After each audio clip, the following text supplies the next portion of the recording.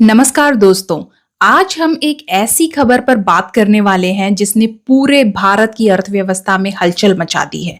एक ऐसी खबर जो आने वाले सालों में हर भारतीय के भविष्य को प्रभावित करने वाली है। जी हाँ दोस्तों, मैं बात कर रही हूँ विदेशी निवेश यानी फॉरेन डायरेक्ट इन्वेस्टमेंट में आई जबरदस्त उछाल की। इस बार एफडीआई यानी कि फॉरेन डायरेक्ट इन्वेस्टमेंट में 15% की बढ़ोतरी हुई है। ये कोई छोटी मोटी बात नहीं है दोस्तों, बल्कि ये इस बात का सबूत है कि पूरी दुनिया की नजरें अब भारत पर हैं। दोस्तों, जब पूरी दुनिया का पैसा आपके देश की ओर दौड़ने लगे तो समझ लीजिए कि आपका भविष्य बदलने वाला है। लेकिन इस पूरी खबर का सबसे बड़ा ट्विस्ट तो अभी बाकी है, एक ऐसा ट्विस्ट जिसने सबको चौंका दिया। लेकिन वीडियो में आगे बढ़ने से पहले और उस ट्विस्ट के बारे में जानने से पहले कृपया इस वीडियो को जल्दी से लाइक कर दीजिए, हमारे चैनल को सब्सक्राइब कर दीजिए।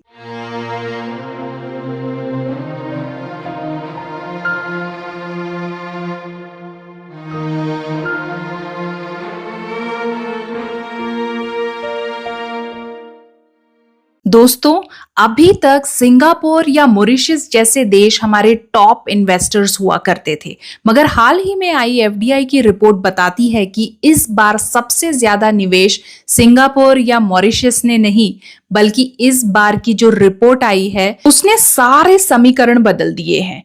अप्रैल से जून के महीने में भारत में सबसे ज्यादा एफडीआई किसी और देश से नहीं, बल्कि अमेरिका से आया है। इस बार की फर्स्ट क्वार्टर की रिपोर्ट के अनुसार अमेरिका ने $5.96 यानी कि $5.61 बिलियन यानी करीब 46 करोड़ रुपए के इन्वेस्टमेंट के साथ टॉप इन्वेस्टर बन गया है। जी हाँ दोस्तों, यह वही अमेरिका है जिसके साथ पिछले कुछ सालों से हमारे रिश्ते ट्रेड वॉर की वजह से और हाल ही में लगाए गए 50% टैरिफ से सुर्खियों में रहे। उसके बावजूद भी एफडीआई की ये रकम पिछले साल से करीब 3 गुना ज्यादा है। 3 गुना। दोस्तों, ये आंकड़ा सिर्फ नंबर नहीं है, ये दिखाता है कि अमेरिकी कंपनियों को, अमेरिकी निवेशकों को भारत के भविष्य पर कितना भरोसा है और ये भारत की बढ़ती ताकत की गूंज है। अब आप सोच रहे होंगे कि अभी दोनों देशों के बीच जो हालात हैं उसके बावजूद अमेरिका हम पर इतना भरोसा क्यों कर रहा है। झगड़े अपनी जगह होते हैं,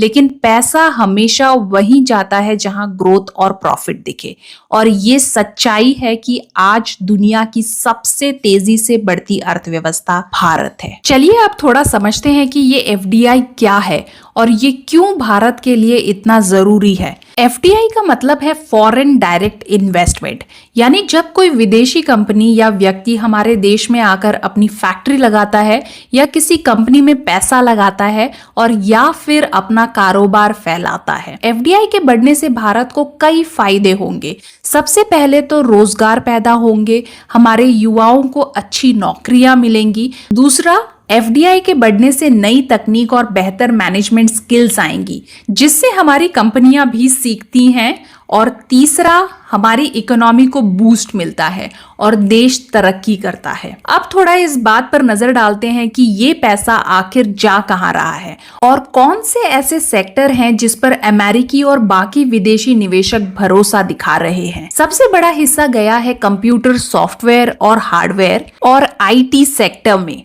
हमारी आईटी इंडस्ट्री ने तो हमेशा दुनिया में झंडा गाड़ा है। गूगल ने बेंगलुरु में नया क्लाउड इंजीनियरिंग हब खोला है। माइक्रोसॉफ्ट लगातार आर&डी में निवेश कर रहा है। दूसरा है service sector, banking, finance, consultancy. JP Morgan ने मुंबई में अपना ग्लोबल ऑपरेशंस हब बनाया है, जहां हजारों भारतीय काम कर रहे हैं। तीसरे नंबर पर आता है ऑटोमोबाइल और ईवी सेक्टर। टेस्ला ने हाल ही में भारत में निवेश योजनाओं को लेकर बातचीत तेज की है। और सबसे रोमांचक है रिन्यूएबल एनर्जी सेक्टर। दोस्तों, जब दुनिया की सबसे बड़ी कंपनियां भारत की धूल और हवा पर भरोसा करने लगे तो समझ लीजिए कि भारत सिर्फ पावर ही नहीं, बल्कि ग्रीन पावर का सुपर पावर बनने की राह पर है। अब बात करते हैं भारत के उन राज्यों की जो निवेशकों की पहली पसंद बन रहे हैं। सबसे आगे है कर्नाटक। बेंगलुरु का स्टार्टअप और आईटी इकोसिस्टम दुनिया भर के निवेशकों को खींच रहा है।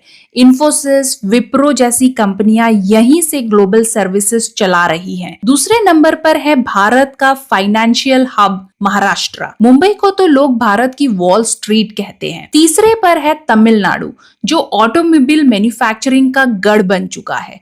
हुंडई और फोर्ड जैसी कंपनियों की बड़ी फैक्ट्रियां यही हैं। और चौथे नंबर पर है हरियाणा, खासकर गुरुग्राम, जहां हर गली में किसी न किसी एमएनसी का ऑफिस आपको मिल ही जाएगा। दोस्तों, यह सिर्फ दिल्ली मुंबई नहीं है, अब भारत का हर कोना ग्लोबल इन्वेस्टर्स की मैप पर चमक रहा है।